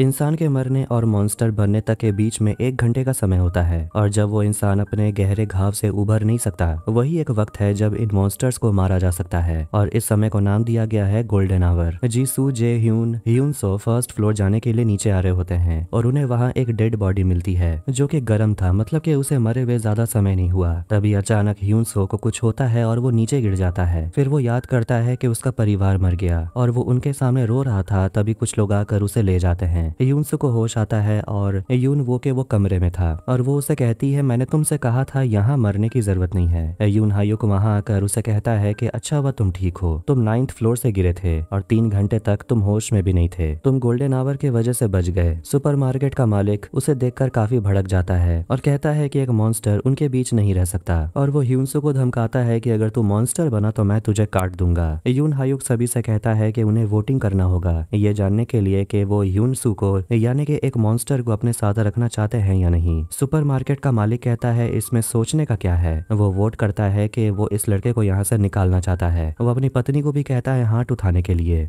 वो भी जबरदस्ती। ये आदमी तो वैसे भी किसी औरत की इज्जत नहीं करता, लेकिन प्राइवेसी के लिए बैलेट वोटिंग होना जरूरी है। फिर वो औरत जिसकी बच्ची मर गई थी उसका आंख दोबारा से काला हो जाता है। वोटिंग होने के बाद 8 लोग चाहते हैं कि यूनसू को निकाल दिया जाए और 8 लोग चाहते हैं कि उसे यहाँ रहने दिया जाए, लेकिन एक वोट काफी कंफ्यूजिंग है और ये ड्रॉ को तोड़ सकता था, लेकिन पता ही नहीं कि ये वोटर चाहता क्या था। इस वजह से सुपरमार्केट का मालिक काफी गुस्सा हो जाता है और कहता है एक मॉन्स्टर को हमें निकाल देना चाहिए क्योंकि मॉन्स्टर को मारना मर्डर नहीं होता। तभी उसी के नाक से खून बहने लगता है और वो बेहोश हो जाता है। सभी लोग बात कर रहे होते हैं कि आखिर ये सब चल क्या रहा है और एक लड़का कहता है कि ये बीमारी इंसान की लालसा के वजह से फैल रही है और वो मालिक काफी लालची था इसीलिए वो मॉन्स्टर बन गया। ह्यूनसू सुपरमार्केट के मालिक को बता देता है कि आप भी इन्फेक्टेड हो चुके हैं। वो मालिक ह्यूनसू से पूछता है कि तुम खुद को कंट्रोल कैसे रखते हो। ह्यूनसू मालिक से कहता है आप बहुत बेशरम हो, मैं कुछ ज्यादा नहीं कह सकता लेकिन बस यही कहूंगा कि खुद पर काबू रखिए। ये क्यूंग सोल्जर को ढूंढ रही होती है और कुत्ते वाली औरत बता देती है कि उसे तो मॉन्स्टर ने मार डाला। मालिक की बीवी यू क्यूंग के लिए खाना लेकर आती है। तभी वो कहती है कि उसका पेट खराब लग रहा है। जीसू उस औरत को संभाल रही थी जिसने अपनी बेटी को खोया है और वो उस औरत से कहती है कि इस सदमे से निकलने में थोड़ा सा वक्त लगता है। फिर वो बाथरूम जाती है और एक लड़के को याद करती है जिसे उसने खो दिया था और वो गिटार भी उसी लड़के का था। सांगवुक फिर से उस लड़के को ढूंढ लेता है और उसे बहुत मारता है और वो लड़का बाकियों से कहता है कि मेरे नाक से खून निकल रहा है और मैं मॉन्स्टर बन गया हूँ, मुझे जल्दी से बंद कर दो। लेकिन सभी समझ जाते हैं कि ये आदमी झूठ कह रहा है, इसे तो बस मार पड़ी है। जेहुन वहाँ आकर उस आदमी से पूछता है कि आखिर तुम्हारे साथ हुआ क्या है। सांगवुक वहाँ पहुंच जाता है उसे मारने के लिए, लेकिन जेहुन उसे रोकता है। वो आदमी खुद को कमरे में बंद कर लेता है। अब आखिरकार सुबह हो जाती है और वही घायल आदमी ह्यूनसू से पूछता है कि मॉन्स्टर बनना कैसा होता है, बहुत पावरफुल महसूस कर रहे होगे तुम, और कहता है कि मुझे भी मॉन्स्टर बनना है। मालिक की बीवी ये क्यूंग को प्रेगनेंसी किट देती है बस एक बार टेस्ट करने के लिए कि कहीं ये पेट दर्द प्रेगनेंसी तो नहीं। जेहुन जाकर यून हायुक से पूछता है कि तुम ही ने अनाउंसमेंट किया था कि फर्स्ट फ्लोर में सब सुरक्षित रहेंगे पर तुम गलत थे। यून हायुक उसे पूछता है कि तुम्हारा शील्ड किसने बनाया। डूसिक को देखते हैं जिसे छोटी बच्ची कहती है कि वो जो आंटी है वो 1 घंटे से बाथरूम के अंदर है, जिस वजह से उन्हें शक होने लगता है कि कहीं वो औरत मॉन्स्टर तो नहीं बन गई। फिर डूसिक बंदूक लेकर दरवाजा खोलता है और उसे अंदर एक बड़ा सा मॉन्स्टर का ककून दिखाई देता है जिसके अंदर एक बच्चा था। यून हायुक कमरे के अंदर जाकर यूनसू से कहता है कि उसके साथ चलने के लिए। ये देखकर सुपरमार्केट का मालिक जो भी इन्फेक्टेड है वो कहता है कि वो लोग तुम्हारा इस्तेमाल कर रहे हैं। यूनसू वहां से चला जाता है और मालिक दरवाजा पीटते रह जाता है। यून हायुक यूनसू से पूछता है कि तुम्हें पता है कि हम लोगों ने तुम्हें क्यों बचाया, क्योंकि तुम्हें हमारे लिए काम करना होगा, और कहता है कि जो आदमी 1408 रूम नंबर में रहता है उसे यहाँ लाना होगा। 1408 में डूसिक रहता है। तो वहीं डूसिक के अपार्टमेंट में वो इन्फेक्टेड औरत मियोंग सुक दोनों बच्चों का ख्याल अपने बच्चों की तरह रखती है और बताती है कि मेरा ध्यान सिर्फ 1 सेकंड के लिए हटा था और मैंने अपनी बच्ची को खो दिया। और वो औरत डूसिक से कहती है कि अगर मैं मॉन्स्टर बन गई तो मुझे मार देना, जिंदा मत छोड़ना। प्रेजेंट में डूसिक उस अजीब से चीज के अंदर एक बच्चे को देखता है, जिसे देखकर वो काफी इमोशनल हो गया था और दरवाजे को बंद कर देता है। बच्चे पूछते हैं कि आंटी कहाँ गई। डूसिक उन्हें बता देता है कि अब उन्हें उस औरत के बिना ही जीना पड़ेगा। फिर वो औरत जिसकी बेटी मर गई है वो सांग वुक से कहती है कि तुम तो गुंडे लगते हो, क्या तुम मुझे यहाँ से निकालने में मदद करोगे। लेकिन वो औरत को धक्का देकर चला जाता है। सांग वुक जबरदस्ती ऊपर जाता है और यून हायुक यूनसू के कान में कुछ कह रहा होता है। मालिक की बीवी कमरे के अंदर खाना बांट रही थी और उसका पति उसे जबरदस्ती पकड़ लेता है, जैसे कि वो हमेशा ही करता है। वो अपनी पत्नी को धमकाता है कि मेरे लिए अच्छा खाना ला, वरना मैं अगर मॉन्स्टर बन गया तो सबसे पहले तुझे कच्चा चबा जाऊंगा। यूनसू सानवुक के पीछे पीछे ऊपर जा रहा था डूसी के अपार्टमेंट की तरफ, और हम देखते हैं कि यून हायुक ने यूनसू से कहा था उसके कान में कि किसी भी तरह डूसी को बचाना होगा और अगर जरूरत पड़े तो बच्चों को वहीं मरने के लिए छोड़ देना। एक मॉन्स्टर को खुला छोड़ने के लिए फायर फाइटर यून हायुक को पकड़ के पूछती है कि तुम लोगों की जिंदगी से क्यों खेल रहे हो। यून हायुक उससे कहता है कि 1408 रूम नंबर में जो आदमी है हमें उसकी जरूरत है। अब वो आगे कहता है कि ह्यूनसू इतनी ऊंचाई से गिरकर भी अभी भी जिंदा है और वो अपने मॉन्स्टर को बाहर आने नहीं दे रहा। वो हमारे लिए बहुत बड़ा हथियार है। फिर वो वोटिंग के बारे में बात करता है जिसमें कुछ लोग ह्यूनसू को अपने साथ रखने के लिए वोट करते हैं, ये जानने के बावजूद कि वो एक मॉन्स्टर है। सच बात तो ये है कि यहाँ सभी के सभी लोग बहुत ज्यादा डरे हुए हैं और किसी को भी नहीं पता कि कौन कब मॉन्स्टर बन जाएगा। जीसू छुप कर उनकी बातें सुन रही थी। यून हायुक आगे बताता है कि कोई तो था जिसे पहले इस बीमारी के बारे में पता था। मैंने उसका ब्लॉग पढ़ा था कि ये बीमारी असली में एक श्राप है। वो यी क्यूंग को ब्लॉग का तस्वीर दिखाता है और उस अकाउंट का नाम क्रू क्रू लिखा हुआ था और हम देखते हैं कि क्रू क्रू कोई और नहीं बल्कि यी क्यूंग का मंगेतर था जो कि गवर्नमेंट के लिए काम करता था और इस बीमारी के बारे में उसे पहले से पता था। जीसू ये सब जानने के बाद वहाँ से जाना चाहती है क्योंकि उसे अब लगता है कि ये जगह भी सेफ नहीं है। सानवुक पर एक मॉन्स्टर हमला करता है। ह्यूनसू के पीछे भी एक मॉन्स्टर पड़ जाता है, लेकिन वहाँ वही बाप बेटी आ जाते हैं जिसे हमने पहले देखा था और वो उस मॉन्स्टर को फिलहाल के लिए मार गिराते हैं। वो लड़की यूरी देखती है कि सानवुक की सांसें अभी भी चल रही है। जब उसे होश आता है तो वो बिना दवाई लगवाए वहाँ से चला जाता है। वो दोनों ये देखकर घबरा जाते हैं कि ह्यूनसू के घाव अपने आप भर रहे थे, यानी कि वो मॉन्स्टर बन चुका है। बूढ़ा आदमी कहता है कि तुम यहाँ से निकल जाओ, लेकिन फिर वो आदमी हंसने लगता है और कहता है कि मैं तो कुछ ही दिनों में मरने वाला हूँ, तो मैं तुम जैसे मॉन्स्टर से क्यों डरूंगा। और कहता है कि क्या तुम उन दोनों बच्चों को बचाने के लिए जा रहे हो, तुम्हें जाने की जरूरत नहीं है, मैं चला जाऊंगा। फिर वो अपनी बेटी यूरी से कहता है कि तुम्हारा ड्यूटी मेरे प्रति खत्म हुआ। सुपरमार्केट की मालिक की बीवी अचानक कमरे में आ जाती है और अपने पति को गुस्से में घूरने लगती है। उसके हाथ में एक बड़ा सा चाकू भी था और कहती है तुमने मुझे हमेशा तंग किया है। लेकिन हमेशा की तरह उसका पति उसकी बात पर ध्यान नहीं देता और बेफिक्र सो जाता है। वो घायल आदमी देखता है कि उसके पॉकेट में अपार्टमेंट का चाबी नहीं है जो कि लड़ाई के वक्त सानवुक उसे चुरा लिया था। उसी चाबी का इस्तेमाल करके सानवुक उस आदमी के अपार्टमेंट में चला जाता है और वहाँ उसे कई सारे फोटोग्राफ्स लगे हुए दिखते हैं जिसमें कई सारे बच्चों को बंदी बना के टॉर्चर किया जा रहा था। तब जाकर समझ आता है कि आखिरकार सानवुक उस आदमी को इतना मार क्यों रहा था। यूनसू, यूरी और उसके पापा डूसी के अपार्टमेंट पहुंच जाते हैं और वहाँ वो लोग उस औरत को ढूंढ रहे थे कि आखिर वो कहाँ गई। यून हायुक रेडियो में सर्वाइवर से बात करने की कोशिश कर रहा था। ये क्यों का प्रेगनेंसी टेस्ट पॉजिटिव निकलता है। यूनसू बाथरूम में मॉन्स्टर वाले बच्चे को देखता है। जीसू और जेहुन बिल्डिंग के छत पे जाके SOS साइन बनाते हैं। तो वहीं वो घायल आदमी बाकी से कहता है कि उसे कमरे से बाहर निकालने के लिए, क्योंकि वो मॉन्स्टर में नहीं बदल रहा। बाहर आते ही वो एक हथौड़ा उठाकर सानवुक से लड़ने के लिए चला जाता है। फिर दोनों में लड़ाई हो जाती है, वो भी सबके सामने। लेकिन सानवुक उसका हथौड़ा लेकर उसी को ही मारने लगता है और हथौड़ा से मार मार कर उसका सिर फोड़ देता है। फिर वो गेट खोलता है और उसी आदमी का डेड बॉडी लेकर बाहर चला जाता है और मॉन्स्टर के लिए वहीं छोड़ देता है ताकि मॉन्स्टर उसके बॉडी को खा सके। फिर वो सोल्जर और उस औरत की बेटी का डेड बॉडी लेकर वापस आता है और दरवाजे को बंद करने वाला था। वो अंदर नहीं आना चाहता, लेकिन जे हुन गेट को पकड़ के रहता है, वो बंद नहीं होने देता और वो आदमी वहीं बेहोश हो जाता है। बाहर से अब सोल्जर और उस औरत की बेटी के डेड बॉडी को भी अंदर लाया जाता है और वो औरत अपनी बेटी को गले लगाकर बहुत रोती है। अगले दिन डे केयर में हम उन दोनों बच्चों को देखते हैं जो अपने पापा के आने का इंतजार कर रहे थे, लेकिन बड़ी बहन अपने छोटे भाई को समझाती है कि अगर वो हमारे पापा को लाएंगे तो हमें उन्हें देखकर बहुत तकलीफ होगी। फिर वहाँ वो औरत आती है और वो दोनों बच्चों को गले लगाकर बहुत रोने लगती है क्योंकि उसने अपनी बेटी को खोया है और उन दोनों बच्चों ने अपने पापा को। फिर वो सारे सर्वाइवर्स मिलकर उस सोल्जर और उस औरत की बेटी को दफना देते हैं। मालिक की बीवी ये क्यों से आकर पूछती है कि तुम अपने बच्चे के लिए क्या करोगी, क्या तुम उसे जन्म दोगी, लेकिन यू क्यों कहती है कि अब जो भी होगा मैं खुद संभाल लूंगी। यूंगसू अपने मॉन्स्टर वाले अवतार में बदल जाता है और ऊपर की तरफ बाकी मॉन्स्टर से लड़ने के लिए चला जाता है। तो वहीं बिल्डिंग के बाहर वो बड़े जीभ वाला मॉन्स्टर उसी आदमी को खा रहा था जिसे सान वुक ने मारा है। तभी उस मॉन्स्टर को एक बड़ा मॉन्स्टर आकर खा जाता है।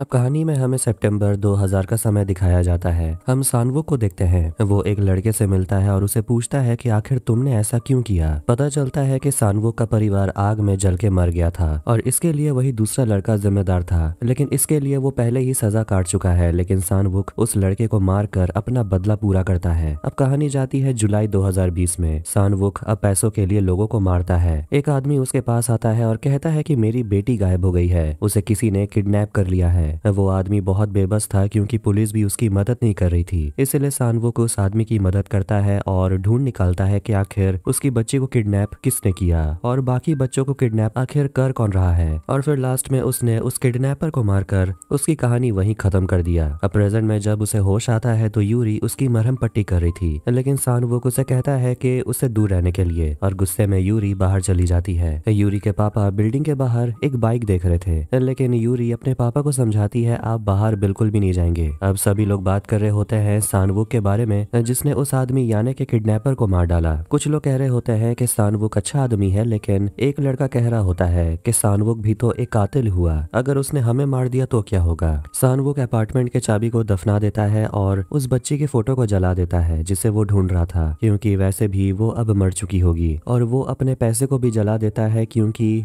उसने अपना काम पूरा तो किया नहीं। कुछ समय के बाद जीसू इन्फेक्टेड हो जाती है और वो मॉन्स्टर में बदलने वाली थी। जेहुन अपना तलवार लेकर तैयार हो जाता है और आखिर में वो लोग उसे एक जाल में पकड़ लेते हैं। अब कहानी जाती है जून 2020 में। ये क्यूंग को देखते हैं जो फिजिशियन सानवुक के साथ फ्लर्ट कर रही थी, जो उसका मंगेतर भी है। तभी उसकी नजर पड़ती है उसके ब्लॉग पर, लेकिन सांगवॉन तुरंत टॉपिक बदल देता है, लेकिन उसे लगने लगता है कि सानवॉन्ग उसे कुछ तो छुपा रहा है। ये क्यूंग अब उस बिल्डिंग से जाना चाहती है और मालिक की बीवी उसे रोकती है क्योंकि इस हालत में उसका बाहर जाना ठीक नहीं होगा, लेकिन ये क्यूंग कहती है कि उसका जाना जरूरी है। यूनवू जीसू को ताना मार रही थी कि तुम तो मॉन्स्टर बन गई हो, लेकिन मॉन्स्टर को बाहर आने क्यों नहीं देती। एक समय ऐसा आएगा जब तुम खुद को संभाल नहीं पाओगी। जीसू उसे कहती है कि तुम भी बहुत जल्दी मॉन्स्टर बन जाओगी, तुम चुड़ैल जो हो। ये क्यूंग आखिर में अपने बाइक से निकल जाती है। जेहुन सानवुक को अल्कोहल पीने के लिए देता है और वो बताने लगता है कि उसे पहले भी अल्कोहल पीने की बहुत लत थी, लेकिन उसने खुद को कंट्रोल किया और भगवान के शरण में आने के बाद उसने अल्कोहल पीना छोड़ दिया। और वो सानवुक से कहता है कि अपनी लड़ाई करने का तरीका बदल लो, तुम्हें भी सुकून मिलेगा। जिन ओक दोनों बच्चों के लिए किताब लेकर आती है और उस किताब से वो छोटे बच्चे को पढ़ाना सिखा रही थी, और ये देखकर उस लड़के को भी काफी अच्छा लगता है। अब अगले दिन से सरवाइव करने के लिए सभी नियम फॉलो करने लगते हैं, जैसे कि कंट्रोल में खाना खाना, टेम्परेचर मेजर करना। यूनसू ऊपर सभी के अपार्टमेंट से जरूरी सामान लेकर आता है और वो खुद को एक कमरे में बंद कर लेता है। ड्यूसिक को ये सब देखकर अच्छा नहीं लगता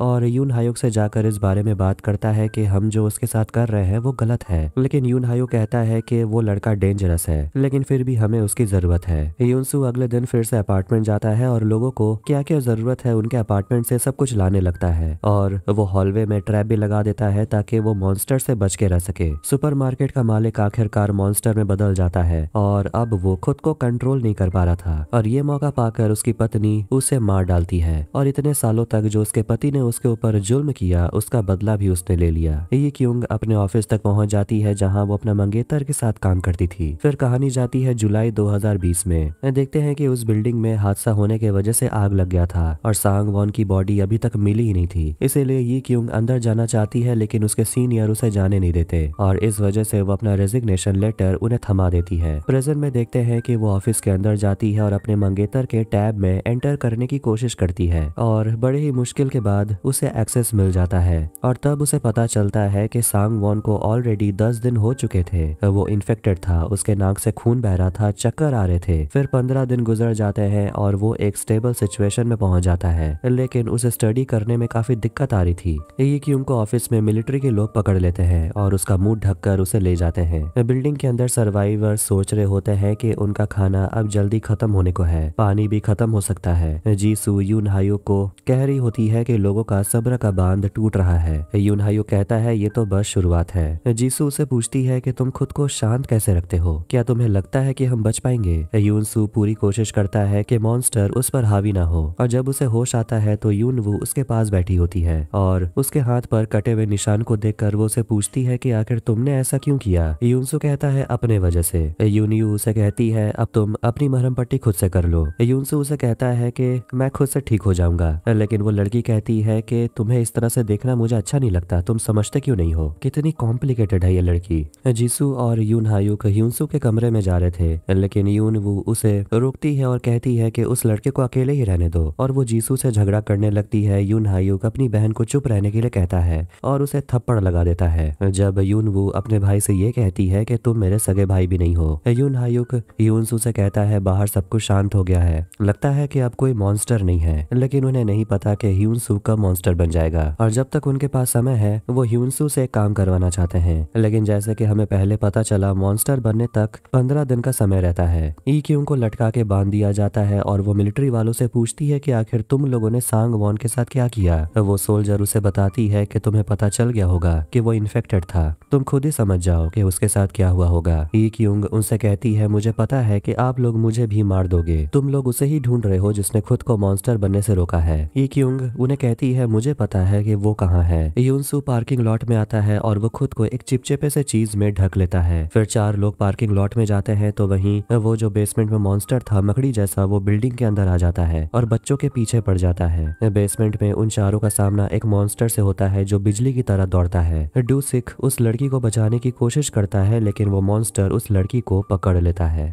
पार्किंग लॉट में यून हायुक, ह्यूनसू, जीसू और जेहुन सान वो किसी तरह मॉन्स्टर से छुपकर अपनी जान बचा रहे थे और किसी तरह वो चारों गाड़ी में बैठ जाते हैं। यून हायुक गाड़ी को भगाता है बावजूद इसके कि उसके पास ड्राइविंग लाइसेंस नहीं है। वैसे भी अब पूछने वाला कौन है। फिर उनकी गाड़ी क्रैश हो जाती है और फिर उन्हें उतरकर बहुत सारे मॉन्स्टर से लड़ना पड़ता है। तो वहीं हॉल के अंदर वो मकड़ी जैसा मॉन्स्टर एक ट्रैप में फंस जाता है। डूसिक छोटी लड़की से कहता है भागने के लिए। डूसिक के पैर पर वो मॉन्स्टर हमला कर देता है लेकिन उसकी जान बचाने के लिए यूरी और यून वू वहां आते हैं और दोनों को देखकर बाकी सारे सर्वाइवर्स भी वहां आ जाते हैं मदद करने के लिए। और फिर वो लोग किसी तरह मिलकर एक रस्सी के सहारे मॉन्स्टर को पकड़ लेते हैं लेकिन वो मॉन्स्टर बहुत ज्यादा ताकतवर था। फिर पार्किंग लॉट में सभी वापस आकर डूसी को सुरक्षित जगह ले जाते हैं और ह्यूनसू अपने मॉन्स्टर पावर का इस्तेमाल करके उस राक्षस को मार डालता है और उसका चेहरा देखकर सभी लोग थोड़े बहुत डर गए थे और वो चुपचाप अपने कमरे के अंदर चला जाता है। लेकिन जब लोग उसे कहते हैं कि अब तुम्हें अपने कमरे के अंदर कैद होने की जरूरत नहीं है, लेकिन फिर भी प्रिकॉशन के लिए ह्यूनसू खुद को कमरे में बंद कर लेता है। यूरी बाद में सभी का इलाज करती है। फिर वो सानवू के पास जाती है और उसे फर्स्ट एड बॉक्स दे देती है और उसे कहती है कि तुम्हें देखकर लगता है तुम जीना ही नहीं चाहते, लेकिन कम से कम दूसरों के सामने ये जाहिर तो मत होने दो, लोग जिंदा रहना चाहते हैं। सानवुक उसे पूछता है कि ऐसे दुनिया में कौन जिंदा रहेगा। यूरी जवाब देती है कि जब तक हम जिंदा हैं हमारा फर्ज है कि इंसानियत को भी हम जिंदा रखें। सानवुक उस लड़की को अपना इलाज करने देता है लेकिन वो देखती है कि सानवुक किसी तरह अपने घाव के ऊपर पूरा टेप मारकर काम चला रहा था, जिसे देखकर उसे काफी बुरा लगता है। यूनसू आता है खाना लेने के लिए तो उसे लोग घूरते ही रहते हैं जो उसे अच्छा नहीं लगता। यूरी के पापा सानवुक और ह्यूनसू को अपने साथ बैठाकर खाना खाने के लिए कहते हैं और उन दोनों का लटका हुआ चेहरा देखकर उनका भी भूख मर गया था और वो अपना पेट में चीरा का निशान दिखाते हैं और कहते हैं कि मेरे शरीर के अंदर सारे ऑर्गन्स खराब हो चुके हैं। डॉक्टर ने कहा था कि मैं 6 महीने जिंदा रहूंगा, लेकिन अब तो 6 महीने से ज्यादा हो गया। यून हायुक अपनी बहन के पैर में पट्टी बांधने में मदद करता है और उसकी बहन अपने भाई का चश्मा ठीक कर देती है। वो छोटी लड़की अपने भाई के साथ खेलना नहीं चाहती। डूसिक उन्हें जाकर समझाता है कि तुम लोग अभी बच्चे हो, तुम्हें तो खेलना चाहिए, लेकिन वो लड़की कहती है कि आप मुझे एक हथियार दे दीजिए ताकि मैं मॉन्स्टर से लड़ सकूं, उन्हें मार सकूं, क्योंकि मेरे भाई के पास मेरे अलावा और कोई नहीं है। एक लड़का नहाने के लिए जाता है और वो काफी गुस्से में था क्योंकि उन्हें 3 दिन में एक बार नहाने के लिए मौका मिलता है और इसके बाद भी पानी गंदा निकलने लगता है। यून हायुक डूसी को आकर बताता है कि टंकी का पानी खराब हो गया और अब उन्हें कुछ करना होगा। वो डूसी को लेकर बेसमेंट जा रहा था तो वहीं उसे 3 लोग मिलते हैं जो बेसमेंट में कुछ पैकेज को लेकर ऊपर जा रहे थे। यून हायुक डूसी को एक गाड़ी दिखाता है और उसे पूछता है कि इस गाड़ी को ठीक करना है, हम यहाँ ज्यादा देर नहीं रह सकते वरना एक एक कर हम सब मारे जाएंगे, हमारे पास ज्यादा समय नहीं है। और उनकी ये बात एक आदमी सुन लेता है और वो घबराने लगता है। मिलिट्री एकेडमी में हम देखते हैं कि सोल्जर ये क्यों को आकर बता रही होती है कि जब कोई इन्फेक्टेड हो जाता है उसके लिए 15 दिन बहुत ज्यादा डिफिकल्ट होता है और एक इंसान है जिसने उस 15 दिन को पार कर लिया था, लेकिन अब वो कहाँ है ये किसी को नहीं पता। और वो ये क्यों से पूछती है कि तुमने जिस लड़के की बात की वो भी 15 दिन पार कर चुका है। अब वो आदमी जो छुप कर बातें सुन रहा था वो कंट्रोल रूम में जाकर देख लेता है कि अपार्टमेंट में खाना और पानी की कमी है, इसलिए वो यून हायुक और बाकियों से जाकर कहता है कि मैं तुम लोगों को यहाँ से जाने नहीं दूंगा, मुझे कार की चाबी दो, मैं अकेले यहाँ से जाऊंगा। सानवुक उस आदमी को मारता है और वो आदमी चिल्लाने लगता है कि हम सब यहाँ मरने वाले हैं। यूरी के पापा उसे आकर कहते हैं कि वो लोग जो डर के मारे सबसे पहले बेवकूफी करते हैं वही लोग मारे जाते हैं जैसे कि तुम। यून हायुक फिर सभी को बताता है कि उन्हें यहाँ से बाहर निकलना ही होगा क्योंकि उनके पास सिर्फ 5 दिन का खाना बचा है। उनका प्लान है ग्रोसरी स्टोर में जाने का, इसलिए जो काबिल होगा वही बाहर जाएगा क्योंकि बाहर जाना काफी डेंजरस है। जीसू गिटार बजा रही थी और ह्यूनसू को उसका धुन पसंद आता है और पूछता है कि ये गाना कौन सा है। जीसू कहती है कुछ सोचा नहीं है, बस ऐसे ही गिटार मिला तो बजाने लगी। ह्यूनसू को धुन सुनकर ऐसा लगता है कि जैसे वो अपने घर पर है। जीसू ये सुनकर इस गाने का नाम स्वीट होम रख देती है। जीसू इसके बाद तुरंत बाथरूम जाती है, लेकिन यूनवू पहले से ही अंदर थी और यूनवू जीसू से कहती है थोड़ा सा इंतजार करने के लिए, लेकिन जब वो बाहर निकलती है जीसू बेहोश हो चुकी थी। फिर यून हायुक जो कुछ समय के लिए मेडिकल स्कूल जा चुका है वो पता लगाता है कि जीसू को एपेंडिसाइटिस हुआ है। यून हायुक बाकियों को बताता है कि जीसू को सर्जरी की जरूरत है वरना बैक्टीरिया पूरे शरीर में फैल जाएगा और उसकी जान को भी खतरा हो सकता है और सर्जरी यहाँ नहीं हो सकता। यूनवू अपने भाई से पूछती है कि तो क्या तुम जीसू को ऐसे ही मरने दोगे। यून हायुक जीसू को बता देता है कि इस ऑपरेशन में उसके मरने का चांस बहुत ज्यादा है, लेकिन फिर भी जीसू ऑपरेशन करवाने के लिए मान जाती है। यून हायुक सर्जरी करने को तैयार है, लेकिन उसे हॉस्पिटल से कुछ जरूरी चीजों की जरूरत होगी जिसके लिए सानवुक और यूरी जाने के लिए तैयार हो जाते हैं। फिर बिल्डिंग के अंदर ही ऑपरेशन करने के लिए एक कमरे को अच्छी तरीके से साफ किया जाता है। जेहुन जीसू से आकर पूछता है कि तुमने अपने पहले जन्मदिन के दिन क्या उठाया था। जीसू कहती है मुझे याद है मैंने धागा उठाया था। जेहुन कहता है इसका मतलब ये हुआ कि तुम्हारी उम्र बहुत लंबी है। यूरी, ह्यूनसू और सानवुक बिल्डिंग के बाहर निकलते हैं मेडिकल का सामान लाने के लिए। ह्यूनसू अपने स्कूल के दिनों को याद करता है जब उसे एक लड़का बुली करता था, हर दिन उसे मारता पीटता था। वो लड़का और उसके दोस्त ह्यूनसू को बहुत मारते थे और उसे पूछते हैं कि तेरे पापा तुझे बचाने के लिए कुछ करेंगे कि नहीं। वो लड़का ह्यूनसू से कहता है तेरे पापा मेरे पापा के कंपनी में काम करते हैं, कहूँ तो तेरे पापा को काम से निकलवा दूं। ह्यूनसू को ये सुनकर बहुत गुस्सा आता है, लेकिन वो लड़का उसे पूछता है कि लगता है तेरे परिवार वाले तुझसे ज्यादा प्यार नहीं करते। ह्यूनसू के पापा स्कूल में आकर अपने बेटे के लिए माफी मांगते हैं, जबकि ह्यूनसू के साथ ही गलत हो रहा था, उसकी तो कुछ गलती ही नहीं थी। उसके बाद दिन से ह्यूनसू को कोई बुली नहीं करता, क्लास में उससे कोई बात भी नहीं करता। एक दिन वो सभी बदमाश लड़के एक दूसरे लड़के को तंग कर रहे थे। गुस्से में ह्यूनसू उस बदमाश लड़के को बीच रास्ते में धक्का दे देता है और अगले दिन ह्यूनसू के पापा को जॉब से निकाल दिया गया था। फिर वो लड़का जिसे बदमाश लड़के तंग कर रहे थे, पता चलता है कि उसकी माँ मर गई और वो अपनी माँ के इलाज के लिए उन बदमाश लड़कों से पैसे मांग रहा था। अब गिल्टी महसूस करते हुए ह्यूनसू खुद को मारना चाहता था। प्रेजेंट में जैसे ही वो तीनों बिल्डिंग से बाहर निकलते हैं, मॉन्स्टर उनके गाड़ी पर हमला कर देता है।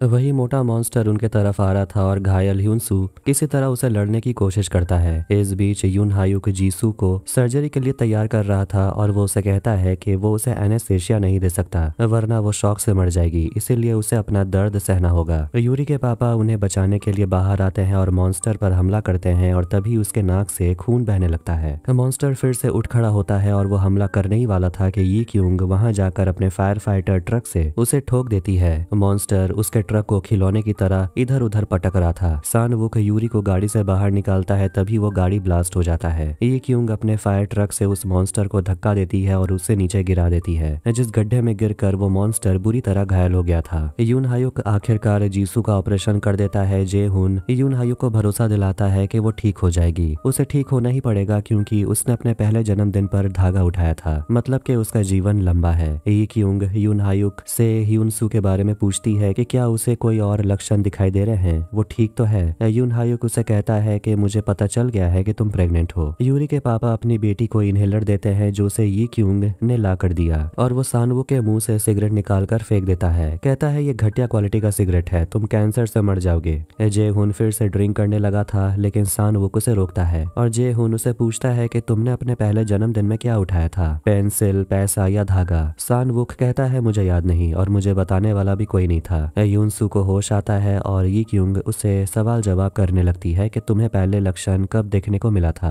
मैंने सुना है वो मॉन्स्टर तुमसे बात करता है, क्या तुमने उस मॉन्स्टर को खुद पर हावी होने से रोका है, कैसे रोका है। यूनसू कहता है क्योंकि मैं बस खुद को जिंदा रखना चाहता था, चाहे उसके लिए जो भी करना पड़े। ये क्यूंग उसे बता देती है कि तुम जैसे लोग जो खुद को मॉन्स्टर बनने से रोक सकते हैं, सरकार उसके ऊपर एक्सपेरिमेंट कर रहे थे, और अब उन लोगों का क्या हुआ जिनके ऊपर एक्सपेरिमेंट्स किए गए ये किसी को नहीं पता। और वो कह देती है कि उसने सोल्जर को ह्यूनसू के बारे में बता दिया है। पानी का इंतजाम हो जाने के बाद सभी नहाते हैं और मालिक की बीवी यहाँ आकर बताती है कि उसे बाहर जाना है क्योंकि उसे भी लक्षण दिखाई दे रहे हैं, लेकिन कोई भी नहीं चाहता कि वो बाहर जाए। वो औरत अभी भी ये क्यूंग के लिए फिक्र कर रही थी और वो उसे कहती है कि तुम्हें अपने शरीर को गर्म रखना चाहिए, तुम प्रेग्नेंट हो। मालिक की बीवी को भी ह्यूनसू वाले कमरे में रखा जाता है बंद करके, और वो ह्यूनसू से पूछने लगती है कि तुमने खुद को कैसे काबू में रखा है। अब मुझे समझ आ रहा है कि तुमने कितना कुछ झेला है। जिन ओक सभी लोगों के लिए वाइन लेकर आती है जो कि 4 साल पुराना है। सभी बहुत खुश हो जाते हैं। यून हायुक उन्हें आकर कहता है कि पीना है तो पी लो, लेकिन अपनी ड्यूटीज को मत भूलना।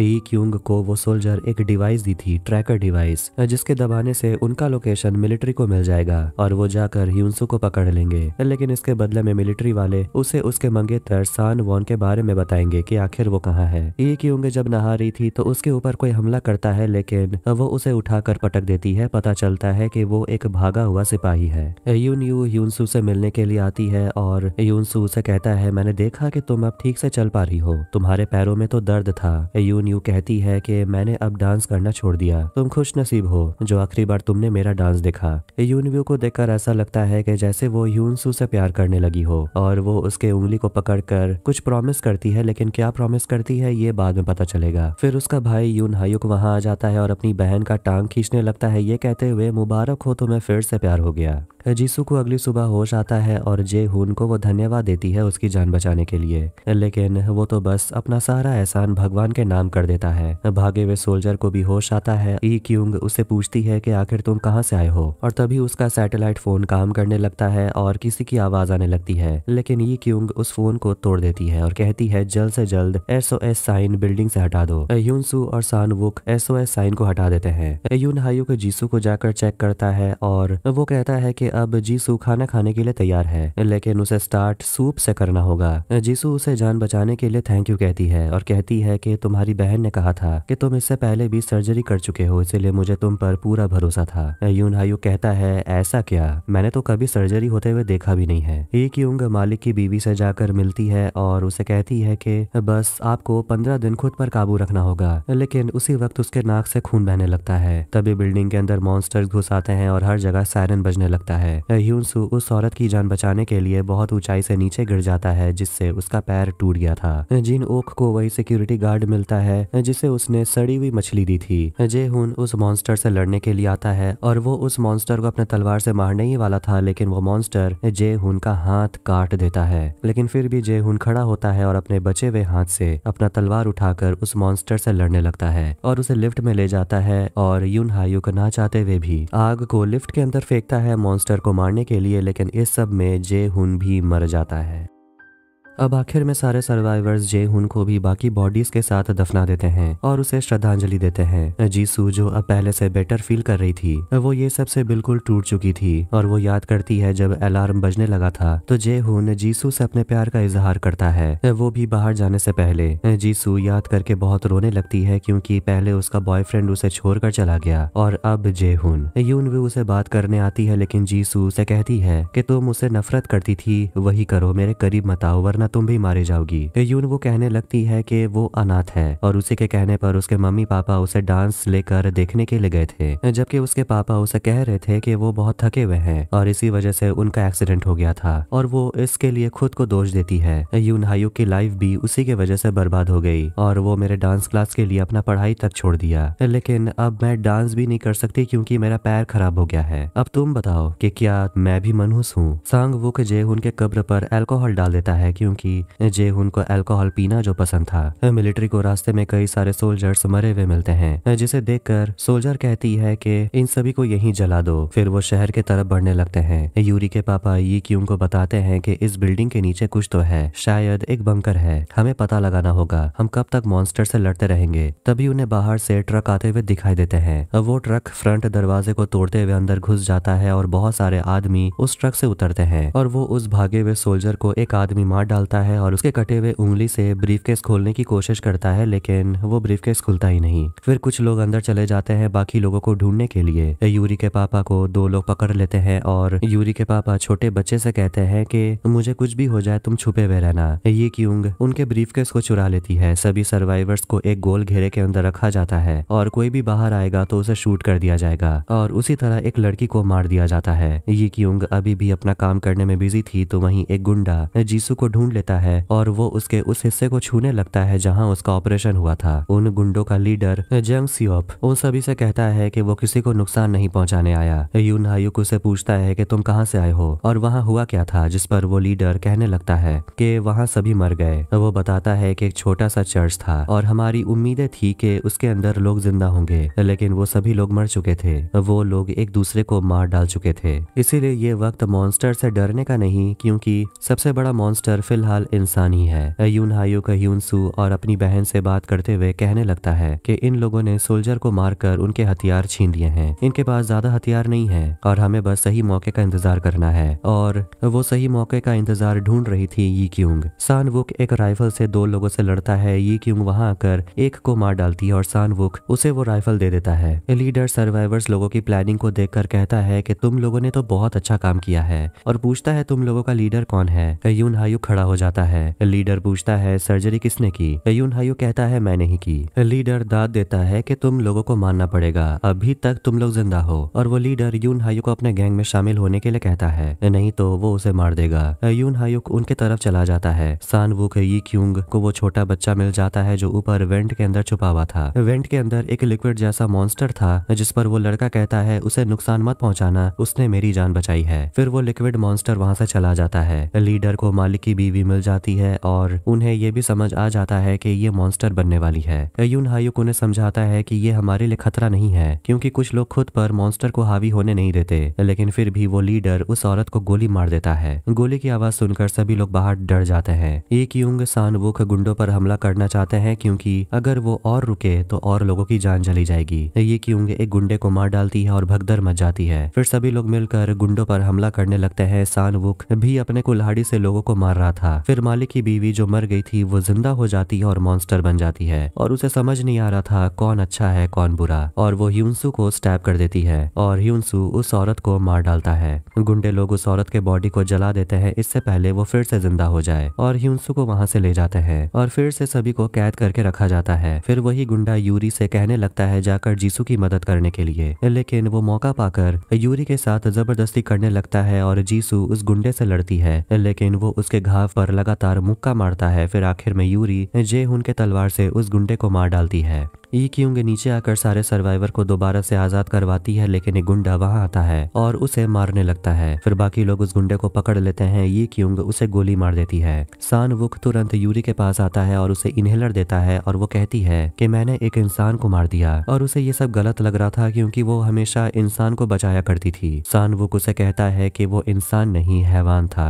यूनसू को लेकर लीडर छत पर आता है और वो सोच रहा था कि अगर उसे नीचे फेंक दिया जाए तो क्या ये जिंदा बचेगा। यूनसू उसे कहता है कि अब मैं तुम लोगों को नीचे जाने नहीं दूंगा। तभी उनके गैंग में से एक दूसरा लड़का अपने लीडर को मार डालता है और कहता है कि इस बार तुमने अपनी हद पार कर दी। एक गुंडा उस लड़के को गोली मारता है, लेकिन उसके गर्दन से गोली निकलकर उससे ही गोली लग जाती है और वो लड़का अपने खून से सना हुआ हाथ यूनसू के आगे बढ़ाता है और कहता है हाथ मिलाने के लिए। तभी आसमान से एक हेलीकॉप्टर गुजरता है और कुछ पैम्पलेट नीचे गिरने लगते हैं। पता चलता है कि लीडर जिस चर्च की बात कर रहा था वहाँ सभी लोग मर गए थे और उस लीडर को यही लड़का वहाँ जिंदा अकेला मिला था। यूनसू उस लड़के को वही मॉन्स्टर बेबी दिखाता है और वो लड़का कहता है कि ये बात सच है कि कुछ मॉन्स्टर होते हैं जो इंसान को नुकसान नहीं पहुंचाते, लेकिन क्या ऐसे इंसान होते हैं जो मॉन्स्टर को कभी नहीं मारेंगे। अब नीचे सर्वाइवर्स के बीच एक गुंडा था और वो अपना हथियार डाल देता है और वो उन सभी को पैम्पलेट दिखाता है जिसमें लिखा हुआ था कि अगर कोई भी सरकार को मॉन्स्टर के बारे में रिपोर्ट करता है तो सरकार के तरफ से उस इंसान को सिक्योरिटी दिया जाएगा। वो लड़का यूनसू से पूछता है कि तुम्हें क्या लगता है कि अगर नीचे वो लोग इस पेपर को पढ़ लेंगे तो क्या उसके बाद वो तुम्हारा साथ देंगे।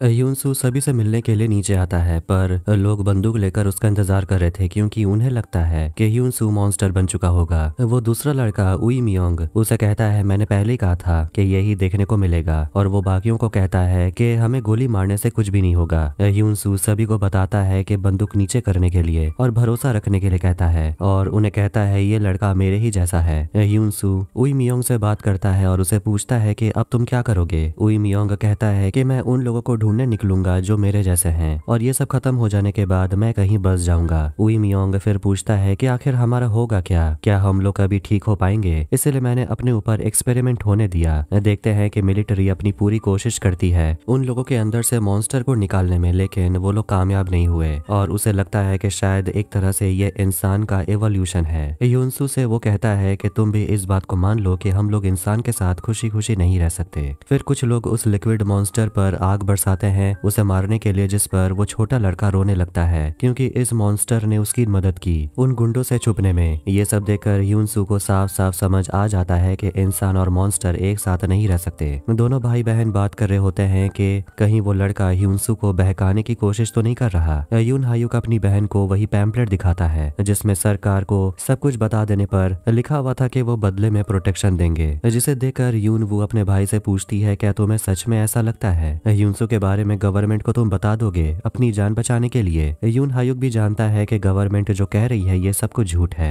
और वो खुद यूनसू से जाकर बात करता है, लेकिन वो अब उससे बात करना नहीं चाहता क्योंकि यूनसू को समझ आ गया है कि यून हायुक उसे बस अपना कुत्ता समझता है। उई मियोंग यून हायुक और ये क्यों को ऑपरेशन गोल्डन आवर के बारे में बताता है जो मिलिट्री का आखिरी ऑपरेशन है, और इस मिशन के तहत वो उन सारे जगह को मिटा देंगे जहाँ उन्हें मॉन्स्टर के होने का शक होगा। वो किसी भी लोगों को बचाना नहीं चाहते। कुत्ते वाली औरत अपने कुत्ते को ढूंढ रही थी और वो उस गुंडे से पूछती है क्या तुमने मेरे कुत्ते को देखा, लेकिन उसे भी नहीं पता कि वो कुत्ता कहाँ है। ई क्यूंग यून हायुक को वो डिवाइस दिखाती है जिसे दबाते ही मिलिट्री इस बिल्डिंग तक पहुंच जाएंगे। डूसिक भी मॉन्स्टर बनने लगता है और यूरी के पापा एक लड़के को एक डिवाइस को ऑन करते हुए देखते हैं जिसमें रेड लाइट जल रहा था, मतलब कि वो ट्रैकर है और अब मिलिट्री के लोग जल्द यहाँ पहुंच जाएंगे। इनहेलर के खत्म होने के वजह से यूरी की हालत खराब होने लगी थी और सान वुक उसे कंधे पर उठाकर बिल्डिंग से बाहर निकलने वाला था, लेकिन उई मियोंग उन दोनों को रोक देता है ये सोचकर कि कहीं वो दोनों मिलिट्री को इस जगह के बारे में ना बता दे। यूनसू उन दोनों को बाहर जाने देता है क्योंकि यूरी की हालत खराब हो गई थी, लेकिन जैसे ही वो बाहर निकलते हैं उई मियोंग यूरी को गोली मार देता है और वो पीछे मुड़कर सर्वाइवर्स पर भी गोली चलाने लगता है क्योंकि उस पर मॉन्स्टर हावी हो गया था और गोली मारने के वजह से बियोंग इल नाम का लड़का मर जाता है। और यूनसू उई मियोंग को मारने की कोशिश करता है, लेकिन वो यूनसू से कहता है कि मुझे पहले समझ जाना चाहिए चाहिए था कि तुम कमजोर हो, क्योंकि तुम एक औरत को मारने के बाद पछता रहे थे। फिर कुछ समय के बाद ह्यूनसू मॉन्स्टर में बदलने लगता है और उसके पंख निकल आते हैं जो कि सुंदर और भयानक दोनों लग रहा था। उई मियोंग पर वो हमला करता है और उसे बेरहमी से वो मार देता है। डूसिक ह्यूनसू को शांत करने के लिए आता है, लेकिन उसका नुकीला पंख डूसिक के आर पार हो जाता है। ह्यूनसू अपने मॉन्स्टर को काबू में रखता है और उसे जब होश आता है तो वो रोने लगता है क्योंकि डूसिक मर चुका था। यूरी अपने आखिरी वक्त में सांग वुक के साथ होती है और वो दोनों एक दूसरे का हाथ पकड़ते हैं और दोनों ही एक साथ मर जाते हैं। ह्यूनसू वापस से अपने ह्यूमन फॉर्म में आ जाता है और वो खुद को वापस से अपने कमरे में बंद कर लेता है। यून वो कमरे के बाहर से उसे देख रही थी और हमें पता चलता है कि उन दोनों ने आखिर एक दूसरे से क्या प्रॉमिस किया था। यून वो चाहती है कि ह्यूनसू उनके लिए जिंदा रहे। छोटा लड़का अपनी बड़ी बहन पर गुस्सा होता है क्योंकि उसे लगता है कि वो लिक्विड मॉन्स्टर उसके पापा भी हो सकते थे, लेकिन वो लड़की समझाती है कि उनके पापा मर चुके हैं और वो वापस नहीं आने वाले। यूरी के पापा वहां आते हैं और छोटे लड़के को डांटते हैं कि तुम अपने बहन पर नहीं चिल्ला सकते, ये बहुत बुरी बात है। इस पर वो लड़का रोने लगता है। तभी उस आदमी को याद आता है कि डूसिक ने 2 दिन पहले उसे एक चाबी दिया था। उस चाबी से अलमारी खोलने पर उन्हें एक बॉक्स मिलता है जिसमें 2 मेडल थे, जिसे वो आदमी दोनों भाई बहन को पहना देता है उनकी बहादुरी के लिए। और वो उन दोनों को समझाता है कि अब तुम्हें झगड़ा बंद करना चाहिए और अब तुम दोनों एक दूसरे की देखभाल करना। अगली सुबह यूरी के पापा भी नींद से नहीं जागते, मतलब कि वो भी इस दुनिया को छोड़कर चले गए और फिर उन्हें और बियोंगिल को बाकी डेड बॉडीज के साथ दफना दिया गया था। लेकिन मिट्टी खोदने पर उन्हें बेसमेंट मिल जाता है और यही तो यूरी के पापा ढूंढ रहे थे। तभी बर्फ पड़ने लगती है। अब शाम हो जाती है और बिल्डिंग के बाहर मिलिट्री के लोग पहुंच जाते हैं। ये वही सीन है जो सीरीज के शुरुआत में दिखाया गया था। वो आर्मी के लोग कह रहे होते हैं कि इन्फेक्टेड लोगों को हमारे हवाले करो और बाकी लोगों को सुरक्षित कैंप में रखा जाएगा। और वो गुंडा अपनी जान बचाकर बंकर के रास्ते भागने की कोशिश करता है, लेकिन वहां उसे बेसमेंट में ग्रेनेड मिलता है जो कि उसे गलती से ब्लास्ट हो जाता है। और ये आवाज को सुनकर मिलिट्री वाले समझ लेते हैं कि सर्वाइवर्स के पास हथियार है, इसलिए वो गोलियां चलाने लगते हैं और सभी लोगों को अंदर भागना पड़ता है अपनी जान बचाने के लिए। वो तुरंत बंकर में चले जाते हैं और यून हायुक अपनी बहन से वादा करता है कि वो ह्यूनसू को ढूंढ कर लाएगा। यून हायुक ह्यूनसू को बाहर जाने से रोकने की कोशिश करता है, लेकिन ह्यूनसू बाहर चला जाता है। यून वो घबरा रही होती है कि उसका भाई अभी तक लौटा क्यों नहीं। ह्यूनसू भी अभी तक नहीं आया, लेकिन ये क्योंग और बाकी लोग उसे जबरदस्ती अंदर ले जाते हैं जहां वो लोग सुरक्षित रह पाएंगे। यून हायुक अपनी बहन का वॉकमैन में गाना सुन रहा था और उसे एक फोटो मिलता है, उसका फैमिली फोटो, जिसे देखकर वो काफी इमोशनल हो जाता है। फिर वो पूरा बिल्डिंग ढहने लगता है और यून हायुक के फोटो के ऊपर खून के बूंदे गिरने लगती हैं। तो वहीं बाहर मिलिट्री के लोग ह्यूनसू के ऊपर ओपन फायर करते हैं, लेकिन ह्यूनसू को कुछ भी नहीं होता। बंकर के अंदर सर्वाइवर्स रास्ता ढूंढने की कोशिश करते हैं और वहां उस औरत को उसका कुत्ता मिल जाता है और उसी कुत्ते का वो पीछा करते हैं तो उन्हें बंकर से निकलने का रास्ता मिल जाता है। जैसे ही वो बाहर निकलते हैं मिलिट्री के लोग उन्हें गन पॉइंट पर पकड़ लेते हैं। मिलिट्री लोगों को इस बिल्डिंग के बारे में पता चल गया क्योंकि एक लड़के ने उस ट्रैकर के डिवाइस को दबा दिया था। लेडी ऑफिसर ये क्यूंग से कहती है कि लगता है तुम्हें अपने मंगेतर के बारे में नहीं जानना, इसीलिए तुमने ट्रैकर को नहीं दबाया, और उसे वो एक और मौका देती है। फिर सारे सर्वाइवर्स को ट्रक में बैठा कर ले जाया जाता है और ये क्यूंग उन्हें कहती है खुद का ख्याल रखने के लिए, और वो अपने बाइक से कहीं चली जाती है। ह्यूनसू को मिलिट्री ट्रक में होश आता है और वो देखता है कि ड्राइवर कोई और नहीं बल्कि सान वुक है। और इसी के साथ स्वीट होम सीजन 1 यहीं पर खत्म हो जाती है। वीडियो अगर आपको पसंद आया तो वीडियो को लाइक करें, चैनल को सब्सक्राइब करें। ऐसे ही सीरीज एक्सप्लेनेशंस के लिए मिलते हैं नेक्स्ट वीडियो में। Take care.